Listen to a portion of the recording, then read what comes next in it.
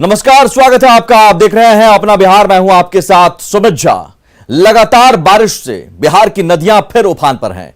उत्तर बिहार के कई जिलों में बाढ़ जैसे हालात हैं। कहीं बांध पर खतरा मंडरा रहा है तो कहीं शहरी इलाके में पानी घुस गया है और कुछ जगहों पर जल जमाव से पूरा इलाका झील में तब्दील हो गया है और लोग जल कैदी बनकर रह गए हैं।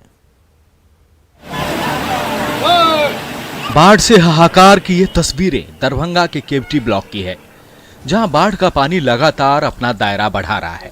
असरहा के साथ जलवारा पंचायत में भी सड़क संपर्क टूटने के बाद एनडीआरएफ की टीम लोगों के लिए देवदूत बनी है। एनडीआरएफ की टीम बाढ़ पीड़ितों की मदद में जुटी है।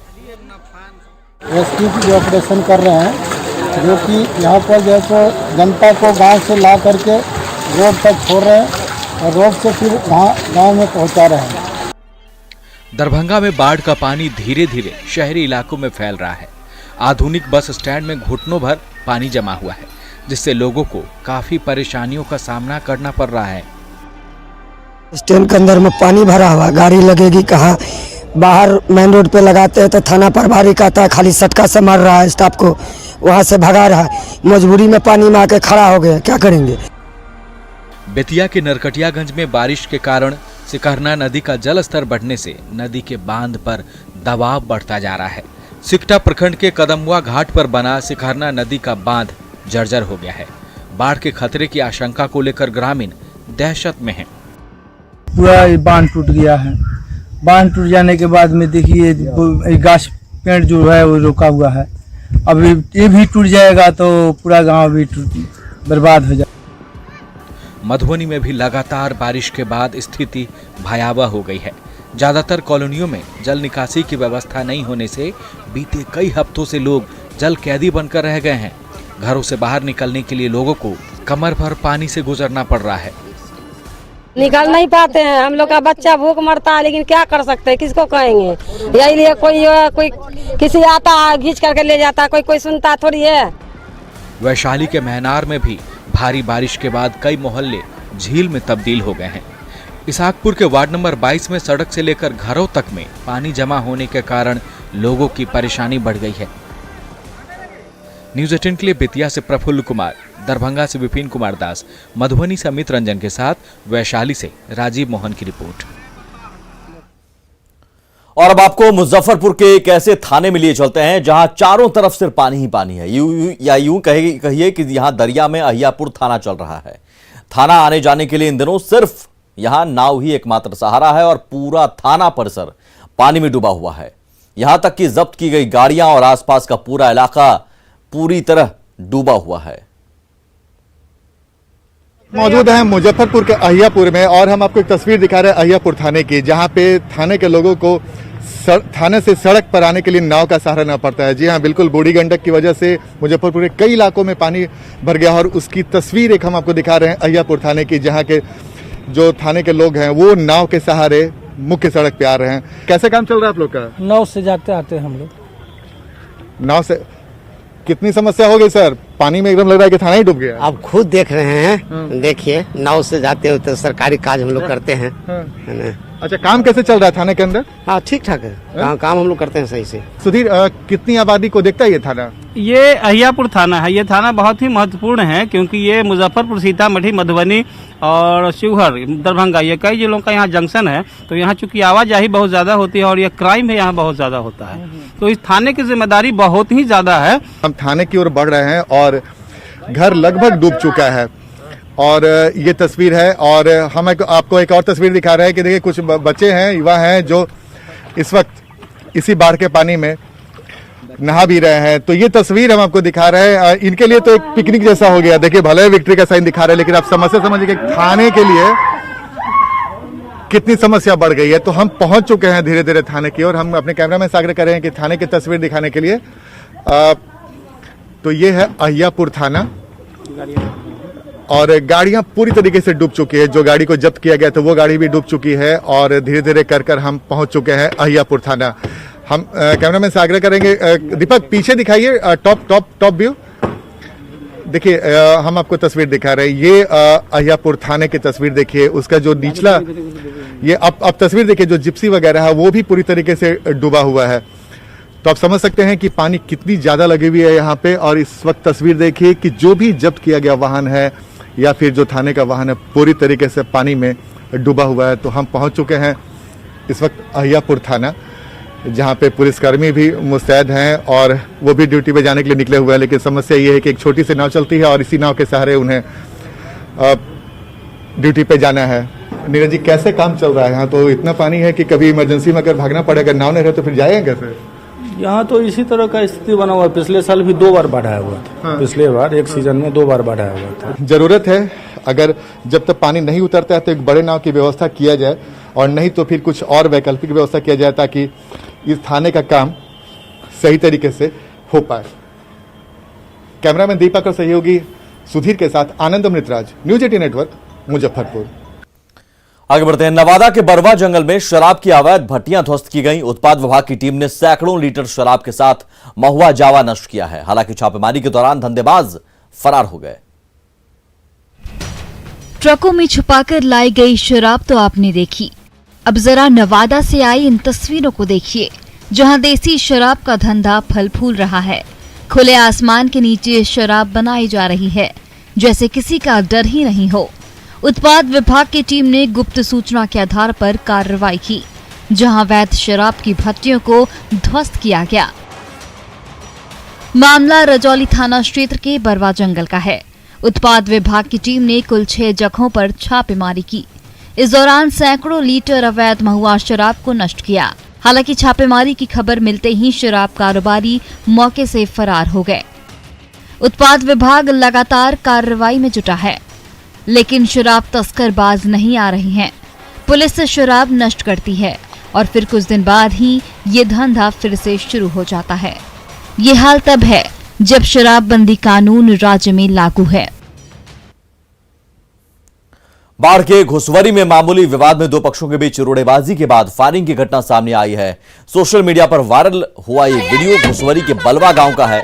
तस्वीरों में आप देख सकते हैं कैसे एक पक्ष के लोग हाथों में रोड़ा लिए हुए हैं और दूसरे पक्ष की ओर दनादन फेंक रहे हैं। वहीं लाल शर्ट पहना एक शख्स राइफल भी लहरा रहा है, देखिए, और उसके पीछे और भी लोग रोड़ेबाजी कर रहे हैं। स्थानीय मुखिया के भाई के मुताबिक 2 दिन पहले कई गाड़ियों से बैटरी चोरी को लेकर इन लोगों को टोका गया था, जिसके बाद ये लोग उग्र हो गए, जिसके बाद दोनों तरफ से पथराव और फायरिंग की नौबत आ गई।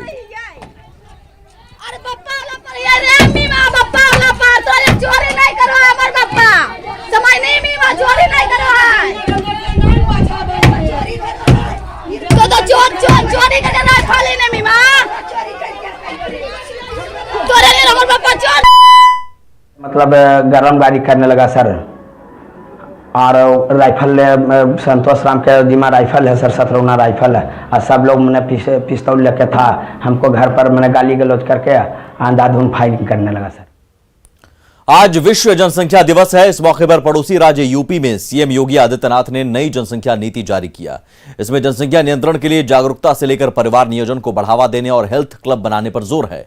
वहीं जनसंख्या घनत्व के मामले में अग्रणी राज्यों में से एक बिहार में इस तरह की पहल अब तक नहीं की गई है, लेकिन यूपी में जनसंख्या नीति के ऐलान पर सियासत जरूर तेज हो गई है।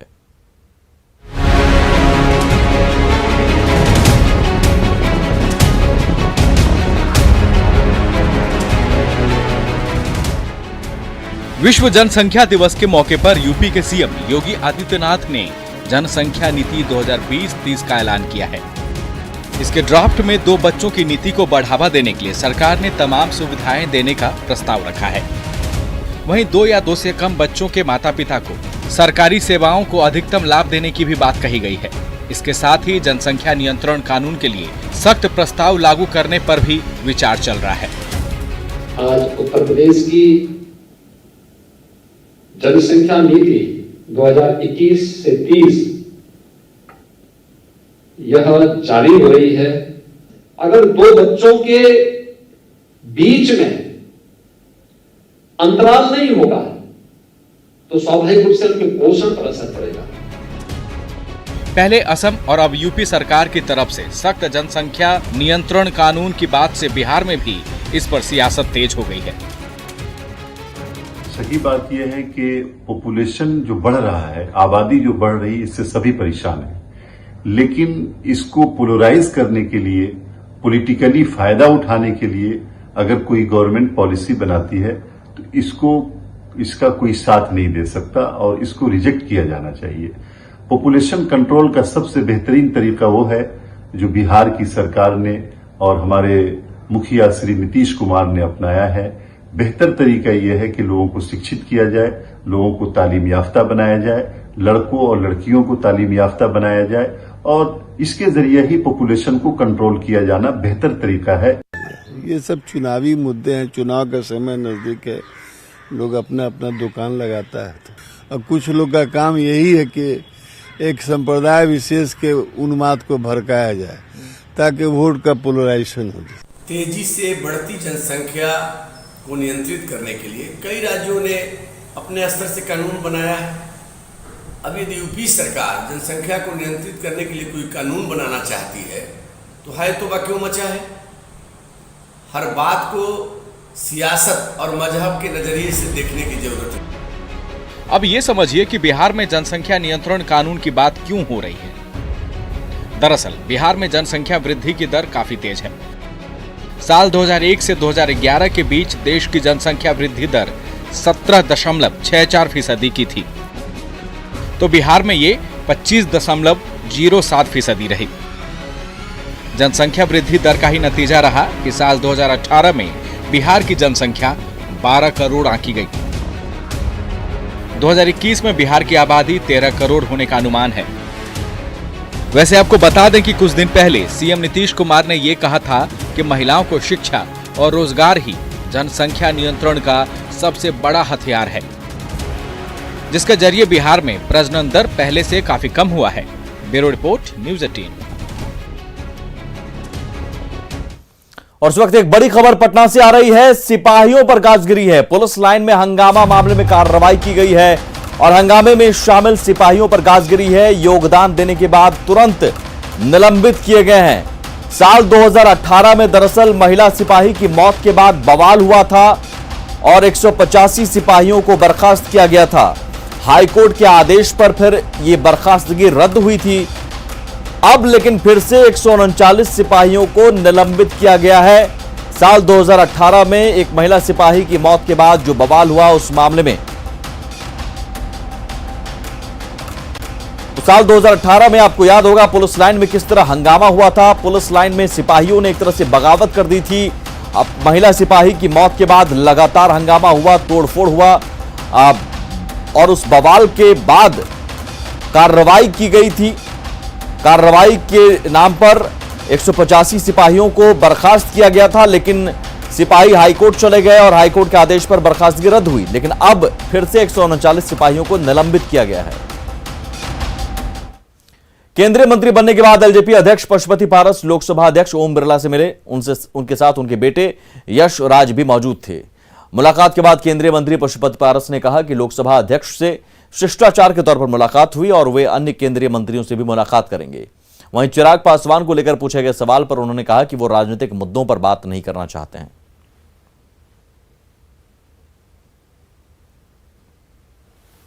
प्रधानमंत्री जी हैं, राष्ट्रपति जी हैं, जब जिसे समय मिलेगा राजनाथ सिंह जी हैं, सब लोगों से मुलाकात करेंगे। साधारण कटसी है, उसमें कोई राजनीति नहीं। चिराग पासवान भी टाइम मांग रहे हैं ओम बिरला से मुलाकात करने की। ये अच्छी बात, ये अच्छी। संविधान पे कोई बातचीत हुई है? नहीं, हमको पार्टी कोई संविधान से बातचीत नहीं हुई है। मैंने आपको कहा ना कि उनसे मैं मिलने गया। हमारे पार्लियामेंट के वो हेड हैं, लोकसभा अध्यक्ष हैं और मैं भारत सरकार का मंत्री हूँ, इसलिए उस हैसियत से मैं जाकर के मिला, नमस्कार किया, बस। केंद्रीय ऊर्जा मंत्री राजकुमार सिंह ने कहा कि एलजेपी टूट गई है और ज्यादातर नेता पशुपति कुमार पारस के साथ हैं। वहीं एनडीए के बारे में उन्होंने कहा कि चुनाव में पिछली बार से ज्यादा सीटें मिलेंगी, क्योंकि हालांकि उन्होंने ये भी कहा कि किसी दल में फूट अच्छी बात नहीं है। One is that there has been a split in the LJP, but a larger number of people have joined with Mr. Paras become the minister. Now, what will happen as far as the NDA is concerned, that it has emerged stronger. Any election today, we'll get many more seats than we got last time, because now all the three parties will be fighting together. Earlier, LJP was not with us. But now with LJP also firmly in the NDA, we'll get many more seats. So the NDA has become much stronger. Of course, any split in a constituent party is not a very good thing. So we would expect the people to come together, and Chirag also to come along. But basically, the NDA has emerged stronger. खबर मुंगेर से। यहां बंदूक factory का दौरा करने के बाद उद्योग मंत्री शाहनवाज हुसैन ने भरोसा दिलाया है कि इस बंदूक फैक्ट्री के दिन जल्द बहुरेंगे। शाहनवाज हुसैन ने इस फैक्ट्री में बने दोनाली पंप गन को देखने के बाद यहां के कारीगरों की तारीफ की। शाहनवाज हुसैन ने कहा कि इस फैक्ट्री को मदद की जरूरत है और प्रबंधकों से बातचीत के बाद इस दिशा में जल्द प्रयास किया जाएगा।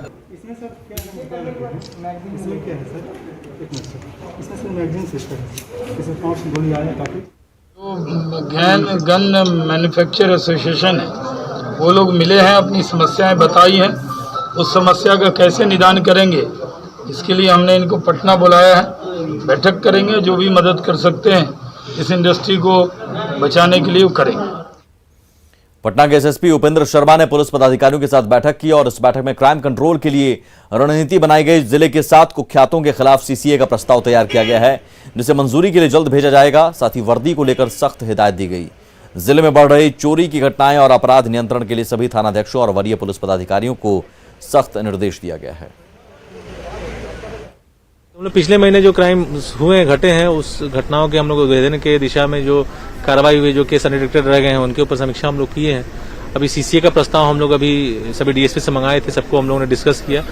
और बाकी एक नया निर्देश आया है माननीय पुलिस महानिरीक्षक महोदय का, जिसमें कि वर्दी पहनने के ऊपर उनका रीइटरेशन है। तो उसके ऊपर हम लोगों ने सबको हिदायत दिया है कि अगर कोई वर्दी गलत पहने हुए या फुहर तरीके से पहने हुए पाया तो उसका पेएचओ करना है और उसके बाद अनुशासित हम लोग कार्रवाई करेंगे। और एक तरफ एसएसपी क्राइम मीटिंग कर रहे थे, वहीं एक महिला अपनी 2 बेटियों के साथ सड़क पर भटकती रही।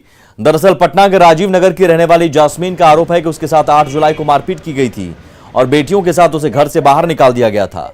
वो 2 दिन तक थाने में बेटियों के साथ रहकर कार्रवाई का इंतजार करती रही, लेकिन पुलिस ने कार्रवाई नहीं की।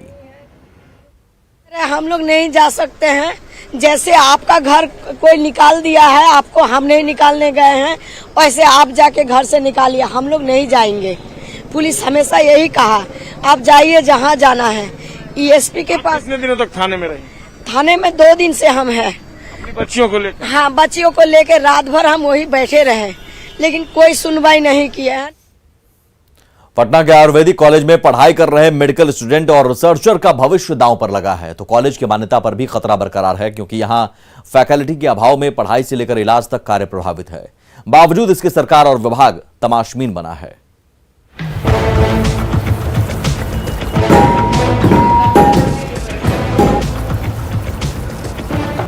देश के प्राचीनतम राजकीय आयुर्वेदिक कॉलेज में इन दिनों सब कुछ ठीक नहीं चल रहा। आलम यह है कि यहाँ दाखिला लेने वाले मेडिकल स्टूडेंट्स अपने दम पर डिग्री हासिल करने में लगे हैं, क्योंकि कॉलेज में फैकल्टी मेंबर की घोर कमी है। मेडिसिन विभाग में प्रोफेसर, रीडर और लेक्चरर के 10 में से 9 पद खाली पड़े हैं। जो एक प्रोफेसर कार्यरत हैं, वो भी महीनों से बीमार हैं। मजबूरन यहाँ पढ़ने वाले छात्र बिन गुरु के ही ज्ञान ले रहे हैं।